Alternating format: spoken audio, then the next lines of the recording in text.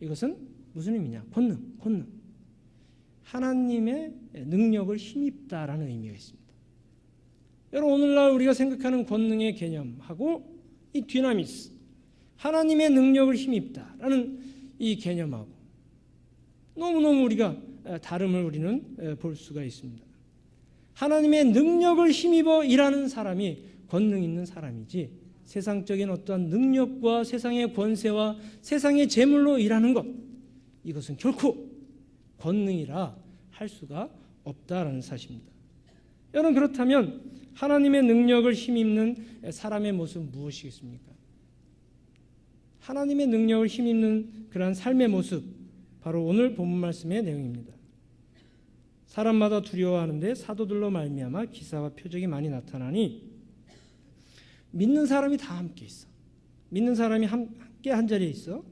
모든 물건을 서로 통용하고, 또 재산과 소유를 팔아 각 사람의 필요를 따라 나눠주며, 날마다 마음을 같이하여 성전에 모이기를 힘쓰고, 집에서 떡을 떼며 기쁨과 순전한 마음으로 음식을 먹고 하나님을 찬미하며 또 온 백성에게 칭송을 받는 모습. 여러분, 세상에 이런 삶이 가능하겠습니까? 세상에 이런 교회가 정말 가능하겠습니까? 결코 쉽지 않습니다. 이러한 모습은 하나님의 능력을 힘입은 교회에서만 나타날 수 있는 것이지, 인간적으로 아무리 노력한다 한들 나타날 수 있는 그런 능력 있는 모습이 될 수 없다는 것입니다. 그렇습니다. 여러분, 권능은 어디에 있습니까? 온유함에 있다는 거예요. 권능은 어디에 있습니까? 평안함에 있습니다. 권능은 서로 나누는 그런 모습 속에 있고, 질서를 존중하는 데 있고, 지도자의 권위가 인정되고, 서로 상호간에 높고 낮음이 없이 서로 존중되는 그러한 곳에 바로 권능이 나타난다는 것입니다. 더불어 순전한 마음으로 날마다 마음을 같이해요. 여러분, 우리가 어떻게 마음을 늘 같이 할 수 있겠어요? 오늘 본 말씀 보면 이들은 몸부림치면서 날마다 마음을 같이 했더라는 겁니다. 그리고 더 나아가 온 백성에게 칭송을 받았다는 것입니다. 바로 여기에서 권능이 나타나는 것이지, 온 백성에게 칭송도 받지 못하면서 스스로 올라가려고 하고, 또 마음을 같이 하지 못하고, 온유하지 못하고, 평안하지 못하고, 나누지 못하고, 질서에 대한 존중이 없다라면 바로 그것은 결코 능력 있는 자의 모습이 될 수 없다는 것입니다. 바로 오늘 이 본 말씀은 이것이 바로 진정한 능력이고 권능 있는 자의 모습일 뿐만 아니라 이것이 바로 성령 충만한 교회의 모습임을 우리에게 보여주고 있습니다. 그렇다면 이와 같이 권능 있는 삶은 과연 우리에게 어떤 열매를 맺혀줍니까? 이와 같이 권능 있는 자의 사람과 권능 있는 자의 그러한 교회에 어떤 열매가 맺혀지느냐라는 거예요. 47절 하반절에 보면 주께서 구원받는 사람을 날마다 더하게 하시리라. 여러분, 사도행전 1장 8절을 말씀해 보십시오. 오직 너희에게 성령이 임하시면 너희가 권능을 받고 예루살렘과 온 유대와 사마리아 땅끝까지 이르러 내 증인이 되리라. 여러분, 권능 있는 자만이 하나님의 일꾼으로 쓰임을 받을 수 있고, 그런 것을 우리가 볼 때에 정말 오늘 이 47절의 말씀처럼 정말 성장하는 교회, 정말 여러분 성령 충만한 교회의 척도는 어디에 있느냐? 주께서 구원받는 사람을 날마다 더하게 하시는지 아닌지. 주께서 날마다 구원받는 사람을, 누가? 주께서 날마다 구원받는 사람을 더하게 하는 그런 모습이 나타나는지 아닌지, 그것이 바로 성령 충만한 교회의 척도가 될 수 있다라는 사실입니다.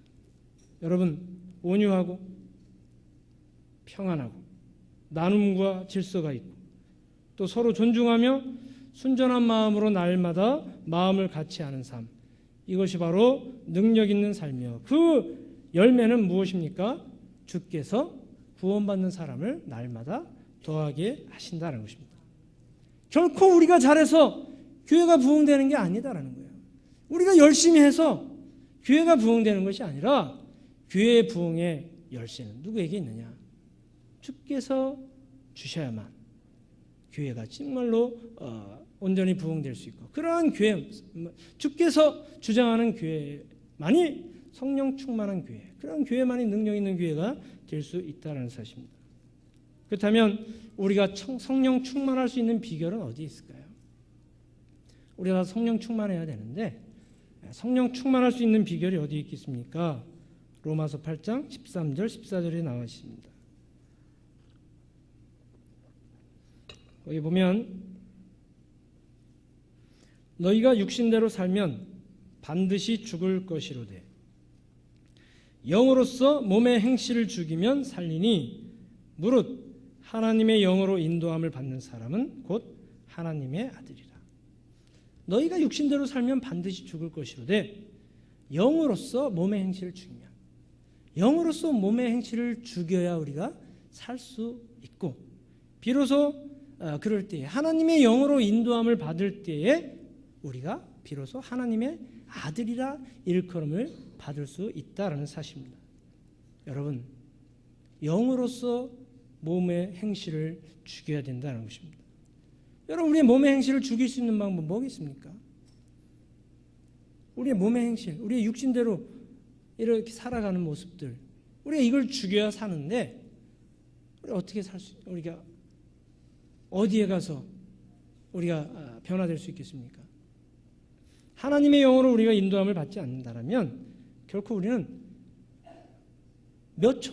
얼마 시간이 지나지 않아 우리는 다시 육신으로 끌려갈 수밖에 없는 삶을 우리가 살게 된다는 것입니다. 여러분, 육신대로 산다는 것 뭐겠습니까? 육신대로. 우리가 육신대로 살면 반드시 죽을 수밖에 없는데, 육신대로 산다는 건 뭐죠? 내 입장에서 생각하는 거예요. 육신대로 내 입장에서만, 내 입장에서 생각하고 판단하는 것입니다. 내 입장에서 생각하기 때문에 비판하게 되고, 내 입장에서 생각하기 때문에 미워하게 되고 시기하고 질투하고 서운하게 되는 것입니다. 그리고 스스로를 내 입장에서만, 내 울타리 안에서만 우리가 머무르기 때문에 스스로를 멸망의 길로 인도할 수밖에 없다는 것입니다.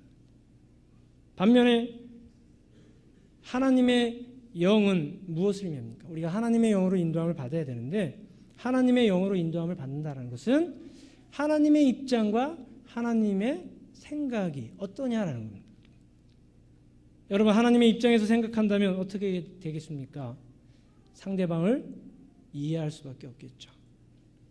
상대방을 긍휼히 여길 수밖에 없고, 하나님의 입장에서 우리가 생각한다면 섣부른 판단으로 자신을 멸망의 길로 자기 자신을 인도하지 않게 될 뿐만 아니라, 하나님의 입장에서 생각한다면 우리가 끝까지 사랑이 넘치는 삶을 살게 된다는 것입니다.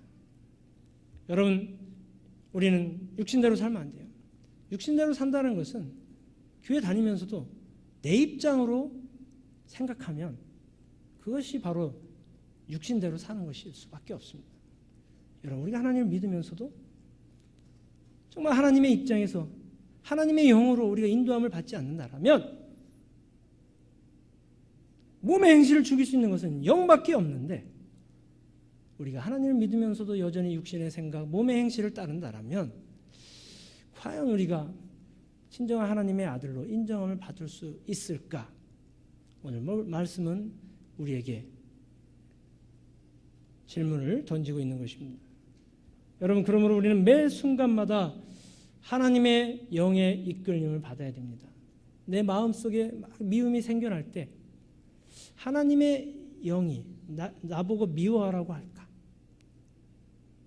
여러분, 내 마음속에 뭔가 막 비판하고 싶은 그런 마음이 생길 때 하나님의 영이 그것에 대해서 비판하라고 우리를 인도하실까? 하나님의 영이 지금 내가 하는 행동, 생각, 이것을 어떻게 생각하실까? 매 순간순간마다 우리는 그렇게 자기 자신에게 질문을 하며 살아야 우리는 정말로 하나님의 아들이라 일컬음을 받을 수 있게 될 것이다라는 사실입니다. 사랑하는 성도 여러분, 성령은 우리를 돕기 위해서 이 땅에 오신 보혜사이십니다. 성령의 가르침을 우리가 받기를 거부한다면 우리는 정말 육신적인 그리스도인의 그 테두리 안에 머무를 수밖에 없다는 것입니다.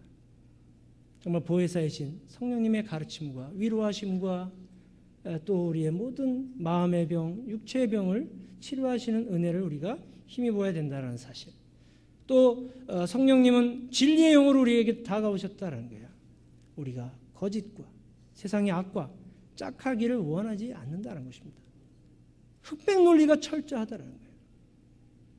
그러므로 이제 우리는 이와 같이 성령 충만을 받기 위하여 우리가 더욱더 죄에 대하여 애통해야 하고 철저하게 회개할 수 있어야 합니다.